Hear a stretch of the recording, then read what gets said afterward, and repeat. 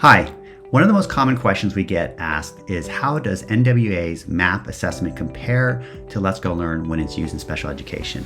So let me go ahead and try to explain this to you. So first of all, it boils down to type of assessments. MAP is a broad-based accountability measure, right? Its goal is to measure growth and compare students to their grade level standards. So the scaled score that is used is really relative to its grade level, and the RIT score is tied to bands of standards instruction that's going to be grade level standards instruction, right? So just keep that in mind. That's the type of scoring you're getting out of MAP. Now, ADAM and DORA, on the other hand, are diagnostic assessments, and its data is tied to skills and concepts that range from K-9 for math or K-12 for reading. So those skills and concepts are mastered by the student, and that in turn is what adjusts the grade level score. So ADAM and DORA are tied to skills and concepts, and they're tied to a vertically aligned grade level score that transcends the specific grade. Okay, hopefully that makes sense. Okay, so that's the first piece. Now, how does this apply to substantive compliance in special education? So first of all, one of the major important things is that, as we know from NWEA, is that substantive compliance is more important than procedural. If there's a procedural violation, if there's no substantive compliance, there's not necessarily a violation, there's not gonna be a problem, right? Although obviously you still need to keep that in mind.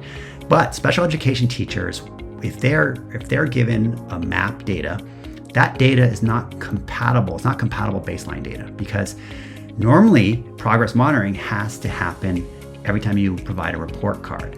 So if after 9 weeks, you're not going to do another MAP assessment, so you can't necessarily compare your testing of students' progress monitoring with that MAP data, the RIT score, because they're just not compatible. So the teacher would have to do their own self-contained pre and post measurement. So that's the first piece. The second thing is a special education teacher has to have diagnostic data anyway to answer what's the present level of my students. So they need diagnostic data. What goals do I need to set? What SDI should I teach? So they need diagnostic data. So they're not gonna be able to get that from MAP, right? So they can get that from ADAM or DORA. In that sense, it's nice if your computer adaptive assessment that you're giving, systemically for everyone has that diagnostic level of data. The final piece that's really important is compliant progress monitoring. If the teachers are expected to do their own progress monitoring and they're using a hodgepodge of assessments, how does that data tie into growth?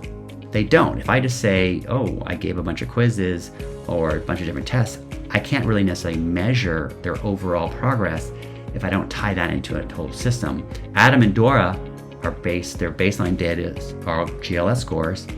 And if a student, for instance, I give a quiz later on in our system and they test in decimal place value, I know that's taught end of year, 5th grade. So when they pass that quiz, that's a 5.9 score. So ADAM is going to automatically take that score, place it on top of my baseline data in ADAM. The place value score is updated, the numbers and operation total scores updated, and then the total math score is updated. So you see, so it automatically rolls up without the teacher thinking about it.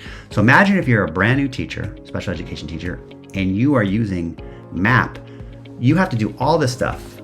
You're going to have incompatible baseline data. You don't have diagnostic data for skills and concepts, and you don't have compliant progress monitoring. So you're doing it all on your own. Now with ADAM and DORA, because we are a diagnostic system, fundamentally has to do with the type of assessment, not necessarily just that we're ADAM and DORA. That gives the teacher so much more. It just means a brand new teacher or a teacher with a high caseload, they don't have to worry about progress monitoring. They don't have to worry about baseline data. They don't have to worry about trying to get skills and concept data, diagnostic data from all these random assessments. So that's huge.